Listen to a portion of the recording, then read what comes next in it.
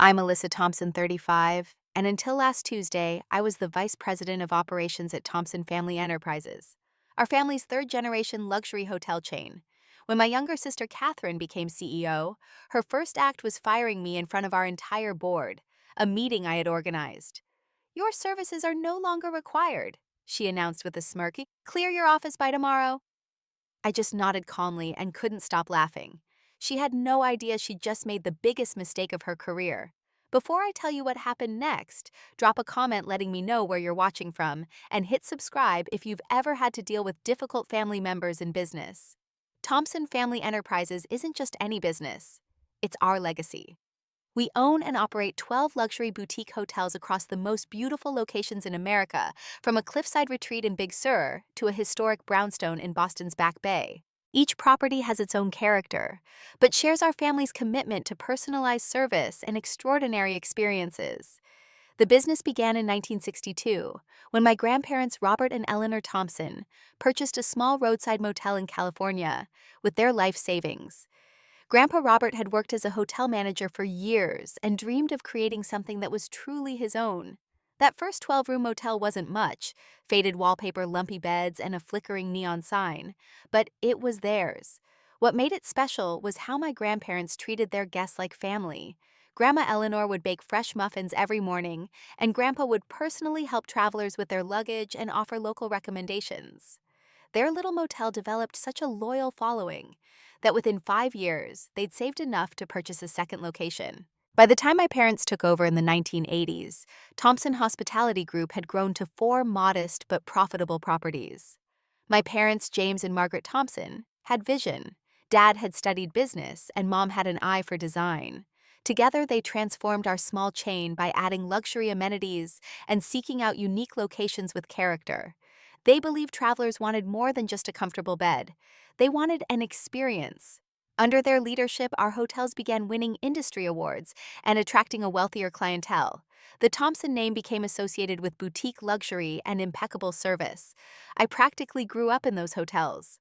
From age 16, I spent every summer and school break working different positions: housekeeping, front desk, kitchen staff, concierge. My parents insisted I learn every aspect of the business from the ground up. I still remember my first day cleaning rooms with our head housekeeper, Maria. She taught me how to make those perfect hospital corners on the beds and showed me all the spots guests notice, but most cleaners miss. "The details matter, Miss Alyssa," she'd say, checking that I'd aligned the toiletries perfectly. After high school, I double majored in hospitality management and business administration at Cornell. Unlike some of my classmates who were there because their parents demanded it, I genuinely loved the industry. Hotel management combined everything I enjoyed: organization, customer service, problem solving, and creating beautiful experiences for people. I graduated with honors and immediately joined the family business full time. For 14 years, I worked my way through various positions, not because of nepotism, but despite it. My parents were actually harder on me than other employees, setting higher standards and pushing me to prove myself at every turn. I started as an assistant manager at our San Francisco property, then managed our Seattle hotel during a major renovation, before finally becoming the company's vice president of operations 3 years ago. My signature achievement was developing our customer loyalty program, Thompson Treasures. It wasn't just another point system. We created personalized experiences based on guest preferences. If we knew a returning guest loved jazz, they'd find tickets to a local show waiting in their room. If they mentioned a fondness for a particular wine, we'd have a bottle ready.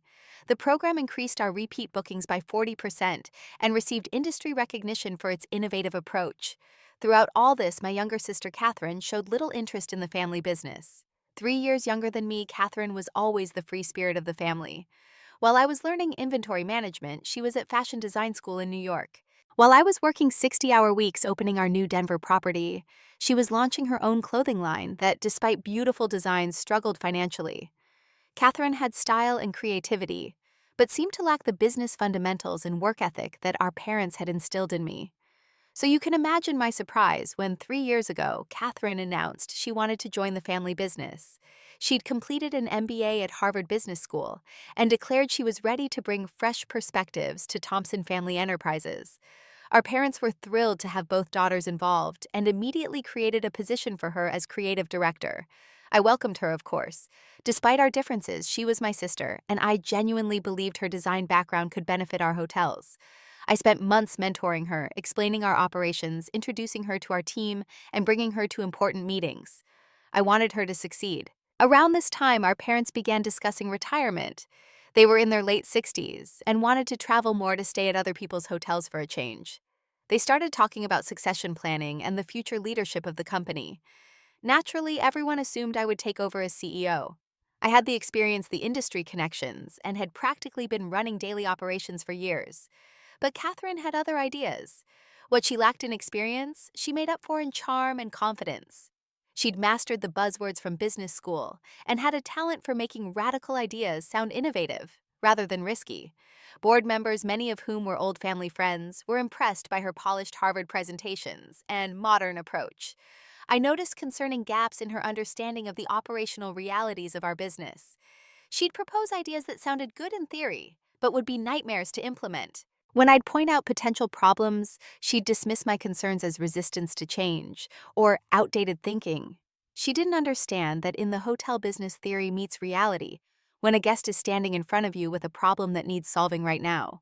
Still, I kept my concerns to myself. This was family after all, and I believed we could work together to blend innovation with proven methods. I had no idea what was coming next. The first real sign of trouble came during a quarterly board meeting 6 months ago.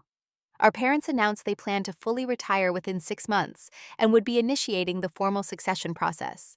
The board would vote on the new CEO after each of us presented our vision for the company's future.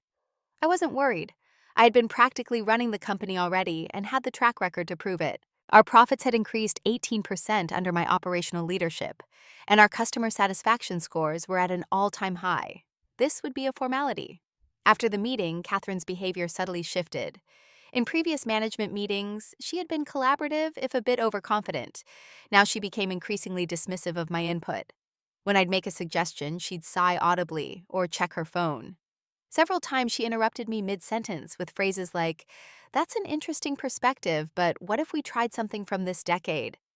I also noticed she had begun having private dinners with board members, without inviting me. When I asked her about it casually, she said they were just social gatherings, but I couldn't help feeling uneasy. Our board consisted of 7 members, our parents, me, Katherine, our longtime CFO, Robert Williams, and 2 independent directors who were old family friends. One afternoon, I overheard Katherine on the phone in her office. The door was ajar, and she clearly didn't realize I was walking by. "Alyssa's management style is so outdated," she was saying. "She's stuck in the old ways Dad taught her. The company needs fresh blood if we're going to compete with the big chains." My stomach dropped, but I kept walking, not wanting to confront her then and there. Things came to a head during an incident at our flagship San Francisco hotel. I was conducting a training session with the front desk staff when Katherine arrived unannounced. In front of the employees, she contradicted my directions about check-in procedures, suggesting my approach was old-fashioned and that we should be more flexible with room assignments. I maintained my composure, but after the training, I asked to speak with her privately. "Katherine, if you have suggestions about operational procedures, I'd appreciate if you discuss them with me first, not in front of the staff," I said carefully. She rolled her eyes. "Don't be so sensitive, Alyssa. I'm just trying to modernize this place. Not everything has to be done the way it was in 1995. These procedures are in place because they work. They ensure consistency." "Consistency is boring," she cut in. "Today's travelers want surprise and delight, not predictability. But you wouldn't understand that from behind your spreadsheets." I tried talking to our parents, but they were reluctant to get involved. "You girls need to work this out yourselves," Mom said. "We can't be the referees forever, especially after we retire." The situation escalated when Katherine presented her modernization plan at the next executive committee meeting. It was a glossy presentation full of stock photos and inspirational quotes about disruption and innovation. The substance of it essentially dismantled many of the systems I had carefully built over years, including reducing staff in key positions and replacing our personalized service model with technology-driven solutions that looked flashy, but would actually diminish the guest experience. The board members seemed impressed with her Harvard-polished presentation skills. She had all the right buzzwords: digital transformation, experiential economy, millennial market penetration. I presented data showing our current approach was working exceptionally well, but numbers and facts didn't seem to have the same impact as Catherine's emotional appeals about stepping into the future. Despite these tensions, I continued to mentor Catherine and include her in important decisions. I shared our financial projections, introduced her to our most valuable industry contacts, and invited her to client meetings. I believe that transparency and inclusion were the best approaches both for our relationship and the company. Then came the day I realized Catherine might not share my commitment to family harmony. I had developed a proposal to partner with a small but exclusive spa chain that would elevate our wellness offerings. I had been negotiating this deal quietly for months and was planning to present it at the next board meeting.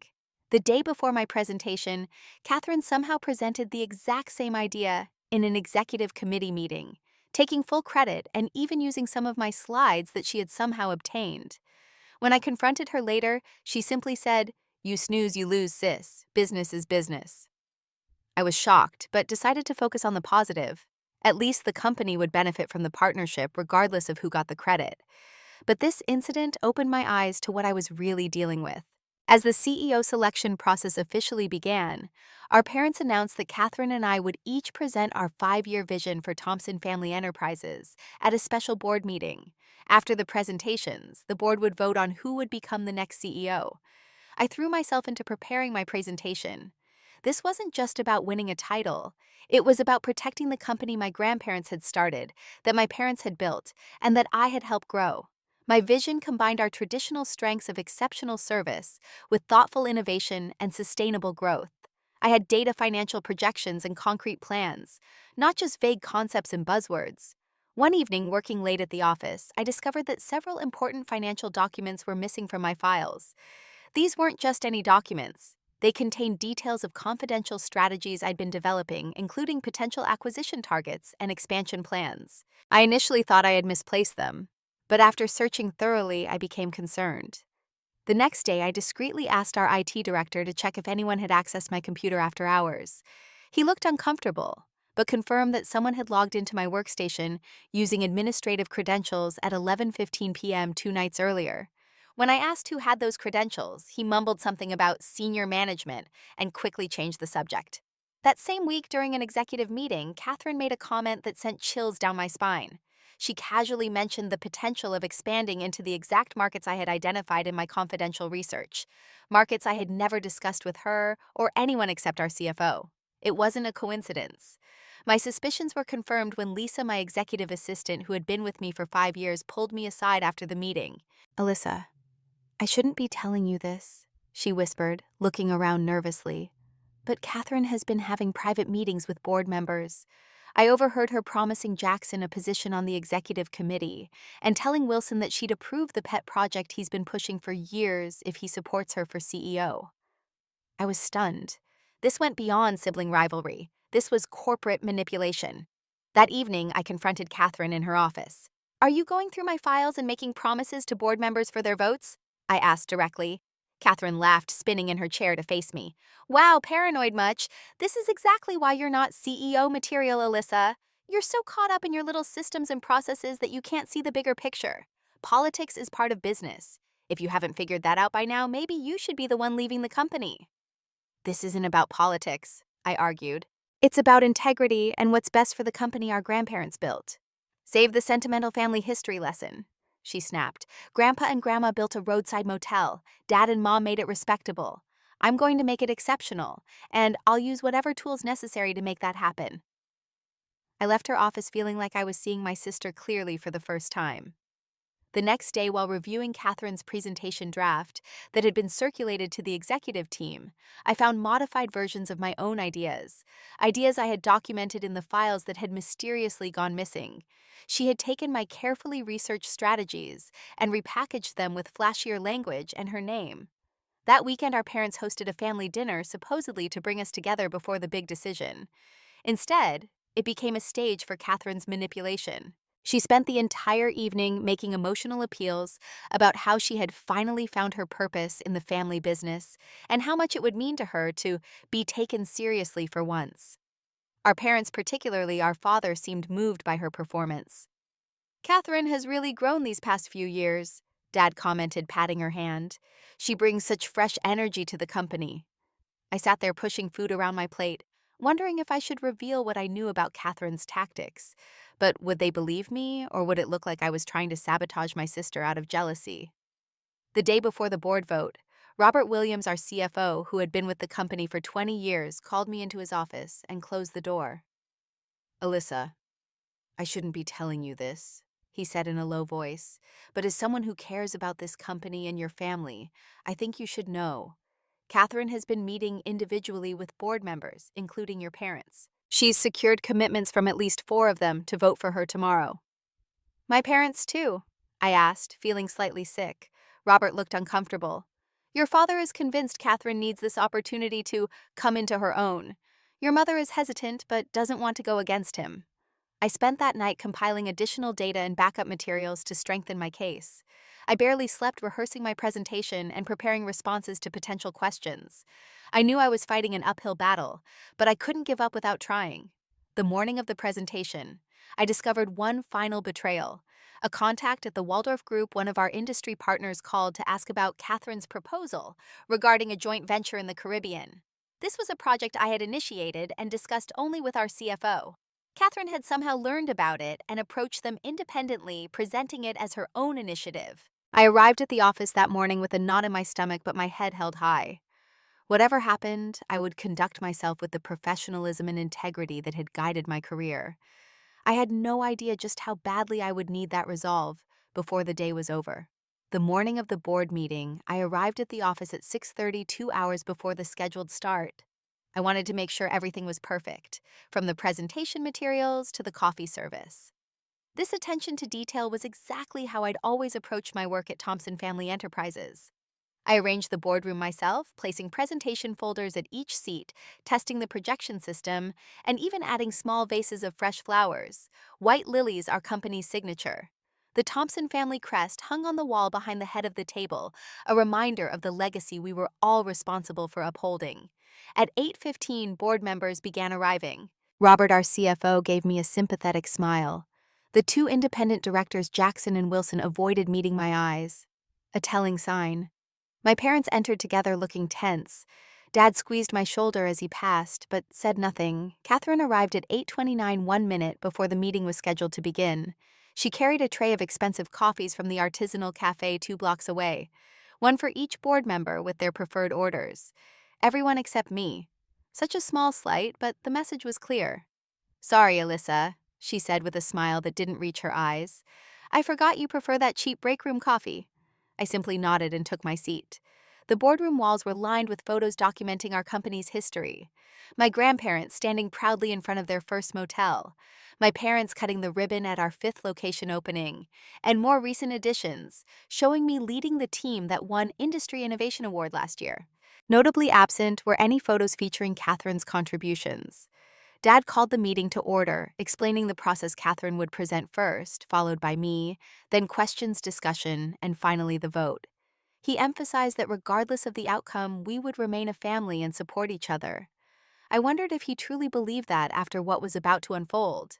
Catherine's presentation was exactly what I expected, visually stunning but light on substance.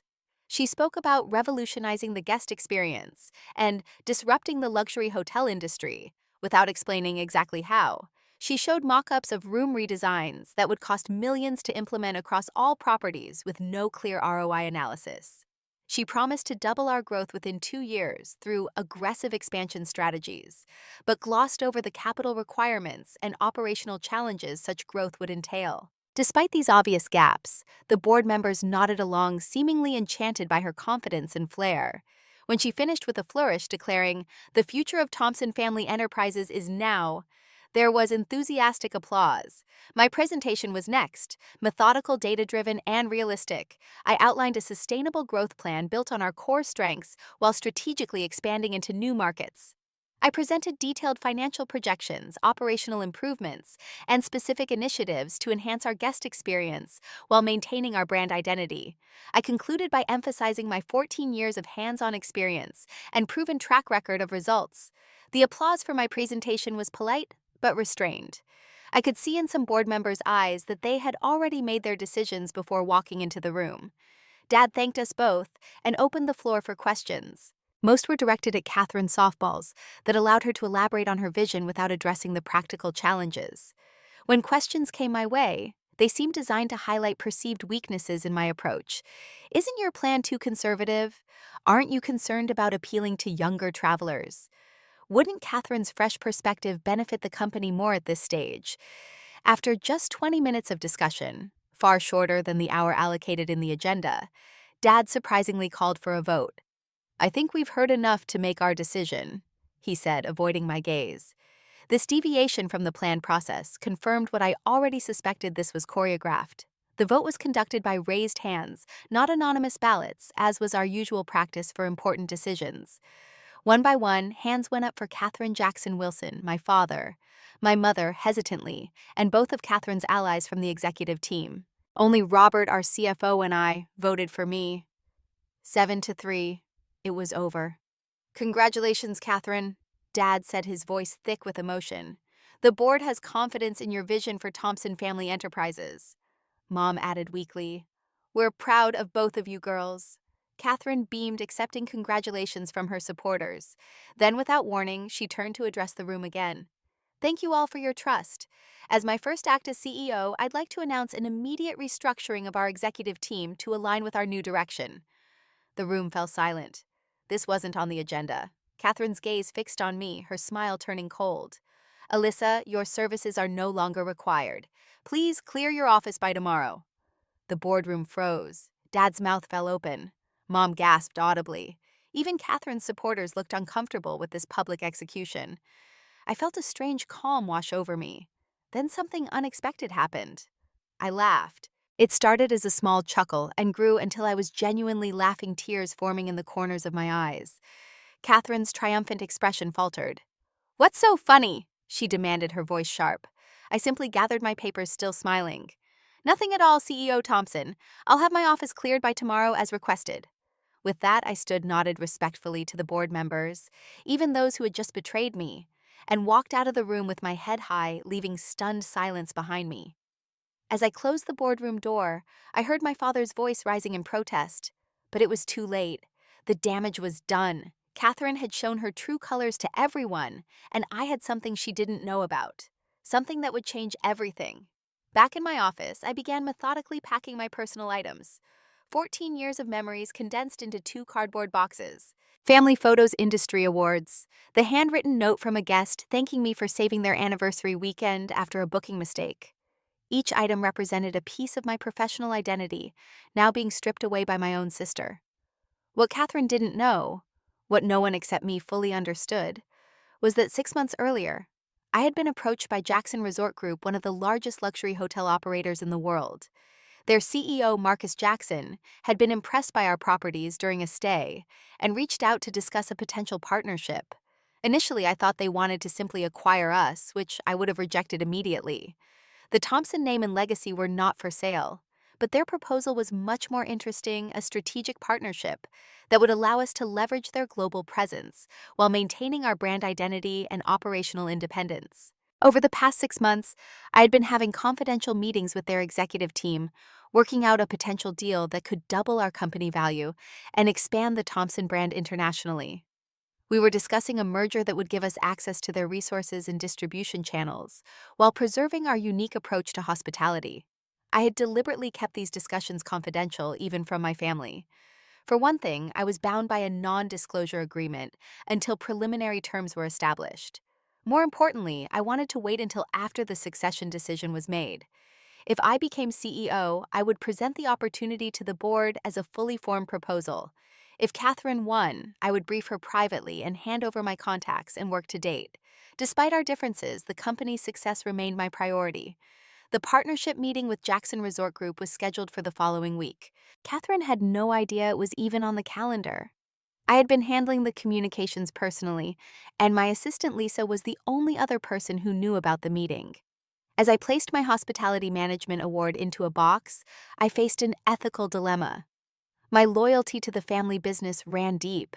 This company was my heritage as much as Catherine's, but she had just publicly humiliated and fired me. Did I still owe her the opportunity I had cultivated? Or should I take the Jackson connection with me and let Katherine deal with the consequences of her actions? My phone rang, interrupting my thoughts. It was Marcus Jackson himself. "Alyssa, just checking in about our meeting next week," he said cheerfully. "Our team has the final proposal ready, and the board is very excited about the potential partnership." I took a deep breath. "Marcus, there's been a development you should know about. As of today, I'm no longer with Thompson Family Enterprises. My sister has been appointed CEO and has terminated my position." There was a long pause. "I see," he finally said, his tone careful. "And will someone else from Thompson be joining our meeting?" "No one at Thompson is currently aware of our discussions," I replied. "I was handling this initiative personally." Another pause. "I understand. So should we cancel the meeting?" I considered my options. The ethical thing would be to inform Katherine about this opportunity despite how she had treated me. But I also knew that the Jackson partnership was based largely on the relationship I had built and the operational excellence I had demonstrated. They trusted me, not just the Thompson name. "No," I decided. "I'd still like to meet, just in a different capacity." "I think that would be appropriate," Marcus replied, and I could hear the smile in his voice. "We're interested in working with you, Alyssa, wherever you happen to be employed." After hanging up, Robert Williams, our CFO, knocked on my office door. His face showed genuine distress. "Alyssa, I can't believe what just happened. That was completely inappropriate and unprofessional. Several board members are very uncomfortable with how Katherine handled this." "Thank you, Robert," I said, continuing to pack my things. "But what's done is done." He closed the door and lowered his voice. "There's something you should know. Katherine has already outlined her initial changes. She's planning to reduce staff at all properties by 15% and switch to lower-cost suppliers for guest amenities to fund her renovation plans." I stopped packing. Those moves would significantly impact our service quality, the very foundation of our brand reputation. "She's also talking about selling our Napa property to raise capital," he continued. "The Napa Hotel was our most profitable location and had won numerous awards for its vineyard integration and wine program. Selling it would be a short-sighted disaster." I shared with Robert the basics of the Jackson opportunity without violating my NDA. "They're interested in our operational excellence and service standards, exactly what Katherine seems eager to dismantle." Robert shook his head sadly. "The board doesn't know what they've done. Your parents are already regretting their votes, from what I can tell." As I closed my last box, I made a decision. I would attend the Jackson meeting as planned. I wouldn't sabotage Katherine or the company, but I wouldn't walk away from an opportunity I had earned through years of hard work. Whatever happened next would be Katherine's doing, not mine. The week after my firing was chaotic for Thompson Family Enterprises. Katherine wasted no time implementing her bold new vision, which apparently meant immediate cost-cutting measures disguised as innovation. Through my industry contacts, I learned she had already laid off 15% of the staff across all properties, focusing on redundant positions, which turned out to be mostly long-term employees with higher salaries. She replaced our locally sourced guest amenities with generic products from a national supplier, saving money, but losing the unique touch that our guests had come to expect. The effects were immediate. Online reviews for our flagship San Francisco property, previously averaging 4.8 stars, dropped to 4.2 within days. Guests commented on longer check-in times, less attentive service, and disappointment with the room amenities. "Not worth the premium price anymore," one review stated bluntly. Meanwhile, I prepared for my meeting with Jackson Resort Group. I had been clear with Marcus about my change status, but he insisted on proceeding as planned. "We've been impressed with your operational approach, Alyssa, not just the Thompson brand," he assured me. The morning of the meeting, I arrived at Jackson's downtown offices feeling oddly liberated. For the first time in my career, I was representing only myself, not carrying the weight of family expectations. Marcus greeted me warmly, introducing me to his executive team, many of whom I had spoken with over the past months, but was meeting in person for the first time. "Alyssa has demonstrated exceptional hospitality leadership," Marcus told his team. "The operational excellence of the Thompson properties under her management is exactly the approach we want for our luxury portfolio." During the presentation, Jackson's team outlined their partnership proposal, a 51% acquisition of Thompson Family Enterprises, with guaranteed board positions for family members' retention of the Thompson brand, and a significant expansion plan leveraging Jackson's international presence. The offer valued our company at nearly twice its current market estimation. But there was a new element to their proposal, one that took me by surprise. "We would like you, Alyssa, to serve as CEO of the new joint venture," Marcus stated. "Your operational expertise combined with our resources could create something truly exceptional in the luxury hospitality space." I was stunned. I'm flattered, but I should be clear. I have no authority to negotiate on behalf of Thompson Enterprises anymore. Marcus nodded. "We understand. This is simply our preferred structure. We're still interested in pursuing the partnership with Thompson Enterprises, but our board has specifically noted the operational standards you've established as a key value driver. If those standards change..." He left the implication hanging. I thought carefully about my response. I wouldn't sabotage my family's company, but I also wouldn't misrepresent the situation. "Thompson Enterprises is currently undergoing a strategic shift under new leadership," I said diplomatically. "My sister has a different vision for the company, focusing on modernization and rapid growth. While I can't speak to specific operational changes, I would suggest having detailed discussions about current and future service standards before proceeding." The meeting concluded with Jackson's team requesting a presentation to the full Thompson board.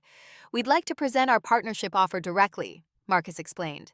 "And we'd like you to be present, Alyssa, as you've been instrumental in bringing this opportunity to this stage." I agreed, though I had no idea how Katherine would react to discovering this potential deal had been in the works for months without her knowledge. I didn't have to wait long to find out. That afternoon, my phone exploded with notifications. 3 missed calls from Katherine, 2 from my father, and 1 from Robert, plus multiple text messages demanding I call immediately. When I finally returned Katherine's call, her voice was tight with barely controlled panic. "Why is Jackson Resort Group calling about a board presentation regarding a partnership opportunity that you apparently arranged?" she demanded without preamble. "Hello to you too, Katherine," I replied calmly. "Yes, I've been in discussions with Jackson for several months about a potential strategic partnership. I was planning to brief you on it before their presentation, but given the abrupt end to my employment, I didn't have the chance." "Several months!" she practically shrieked. "You've been negotiating a major deal behind everyone's backs for months." "Not behind anyone's back," I corrected her. "I was doing my job as VP of Operations, exploring opportunities that would benefit the company. I was under an NDA until preliminary terms were established, which just happened this week. Their timing is simply unfortunate, given the leadership transition." There was a pause, and when Katherine spoke again, her voice had a calculating edge. "What exactly are they proposing?" "I think it's best if you hear that directly from them," I replied. "But I should mention that their interest is specifically in the operational standards and service model I've established. They were quite concerned to hear about my departure." Another long pause. "You need to come to an emergency board meeting tomorrow morning," she finally said. "9 a.m. "I'm no longer an employee, Katherine," I reminded her. "You made that quite clear." "The board is requesting your presence as the primary contact for this opportunity," she said stiffly, "unless you're intentionally trying to sabotage the company." "I'll be there," I agreed, but only to facilitate the introduction and ensure a smooth handover of the opportunity. The emergency board meeting the next morning had a very different atmosphere from the one where I'd been fired. Katherine sat at the head of the table looking tense and slightly disheveled, a stark contrast to her polished appearance at the previous meeting. My parents watched me enter with a mixture of guilt and relief. The Jackson team arrived promptly at 9:30 as scheduled. Marcus smoothly presented their partnership offer, emphasizing the value they saw in Thompson's operational excellence and service standards. When he mentioned that their offer was contingent on maintaining these standards, all eyes in the room briefly flickered to me. The proposed valuation of nearly twice our company's worth caused audible gasps from several board members. When Marcus mentioned that their preferred leadership structure would include me as CEO of the joint venture, Katherine's pen snapped in her hand, spreading ink across her notepad. After the Jackson team left, promising to give the board time to discuss, Katherine immediately went on the offensive. "Why didn't you tell us about this opportunity?" she demanded. "I was following standard business protocol," I replied evenly. "Initial discussions were exploratory and covered by an NDA. The timing of their formal proposal coincided with the leadership transition. Had I remained with the company, I would have presented this to the board myself once terms were established, which happened this week." My father looked pained. "Alyssa, this partnership could transform the company. It's exactly the growth opportunity we've been looking for, but without sacrificing our independence or brand identity." "And you kept it secret," Katherine accused. Robert, our CFO, cleared his throat. Actually, this is standard procedure for potential M&A activities. Premature disclosure could have affected our negotiating position or created market speculation. Alyssa was handling this appropriately. The discussion continued for hours. It became increasingly clear that the Jackson offer was too good to refuse, but their preference for my leadership created an impossible situation given Catherine's recent actions. Perhaps we should reconsider the recent organizational changes, my father suggested carefully. Catherine's face flushed. You want to undo my first decision as CEO? How will that look to the company, to the industry? Not as bad as losing a partnership that could double our value, Robert pointed out. There may be a middle path, I suggested, speaking up for the first time in a while. All eyes turned to me. Jackson values our operational approach, which I developed. Catherine has a vision for modernization and growth that could complement their resources. Perhaps a co-leadership model would satisfy all parties. Catherine stared at me suspiciously. Co-leadership. You would remain CEO focusing on brand development, marketing, and design. Your strengths, I explained. I would take a newly created president role overseeing operations and client relationships. My strengths. We would both report to a combined board. My suggestion hung in the air. It wasn't perfect, but it offered Catherine a face-saving option, while potentially salvaging both the Jackson deal and our family relationships. After much debate, the board voted unanimously to pursue the Jackson partnership with the co-leadership structure I had proposed. Catherine agreed publicly, though her eyes burned with a mixture of resentment and relief. As the meeting concluded, Catherine pulled me aside. Don't think for a second that I'm happy about this, she hissed. You manipulated the situation. No, Catherine, I replied quietly. I built something valuable through years of hard work. You tried to take it away in a moment of spite. The situation resolved itself naturally. That's why I was laughing in the boardroom. I knew your victory would be short-lived. For once, my sister had nothing to say. 6 months later, Thompson Jackson Hospitality Group was thriving beyond anyone's expectations. The integration of Jackson's resources with our brand identity had created something truly special in the luxury hotel space. We had already expanded to 3 international locations, London, Tokyo, and Dubai, with 5 more in development. The co-leadership structure born of necessity had proven surprisingly effective. Catherine's creative vision and marketing instincts complemented my operational focus and attention to detail. Where I ensured consistent service excellence, she pushed for innovative guest experiences. Where I maintained financial discipline, she advocated for bold design choices that differentiated our properties. Our first leadership meetings had been painfully awkward, filled with clipped responses and barely concealed tension. But over time, something unexpected happened. We began to appreciate each other's strengths. I had to admit that Catherine's redesign of our guest experience journey had attracted a younger, affluent demographic without alienating our traditional clientele. Her Instagram-worthy moments throughout our properties had generated millions in free publicity and dramatically increased our social media presence. For her part, Catherine gradually came to acknowledge my operational expertise. After attempting to manage a property opening herself and encountering countless logistical nightmares, she gained new respect for the systems and processes I had developed. I never realized how many moving parts there were, she confessed during one late night at the office. The turning point in our relationship came during a crisis at our new London property. A burst pipe had flooded 10 premium suites hours before a major celebrity wedding party was due to check in. Catherine and I worked side by side for 18 hours straight, her finding alternative accommodations and arranging special experiences for the displaced guests, me coordinating the emergency repairs and adjusting staffing to manage the disruption. Together, we turned a potential disaster into a demonstration of our commitment to guest satisfaction. Over dinner afterward, exhausted but triumphant, Catherine said something that surprised me. I wouldn't have been able to handle that alone. Neither would I admitted. Your idea to upgrade the wedding party to the penthouse and bring in that celebrity chef saved the situation. And your relationships with the contractors got those rooms back in service in half the expected time, she acknowledged. We weren't best friends overnight, but something had shifted. We began to consult each other more regularly, recognizing that our combined perspectives led to better decisions than either of us would make alone. Our parents watched this evolution with relief and pride. During a family dinner celebrating our record quarterly results, Dad raised his glass. To my daughters who proved that together they're stronger than either alone. Your grandparents would be so proud of what you've built. Mom added with tears in her eyes. And I'm sorry, Alyssa, for not standing up more firmly during that board meeting. I should have trusted your experience. It all worked out in the end, I told her, and meant it. My personal healing journey hadn't been easy. Those first few weeks after being fired had been filled with hurt anger and disbelief that my own sister could betray me so completely. I cycled through feelings of rage and fantasies of revenge, imagining Katherine failing spectacularly without my operational knowledge to lean on. But ultimately, I chose integrity over revenge. When presented with an opportunity to walk away with the Jackson deal and leave Katherine floundering, I instead proposed a solution that would benefit everyone: the company, our employees, our family, and yes, even Katherine. This experience taught me to find strength in my professional identity beyond family dynamics. Being a Thompson had always been central to my self-image, but now I recognized my value as Alyssa, the hospitality executive independent of my family name.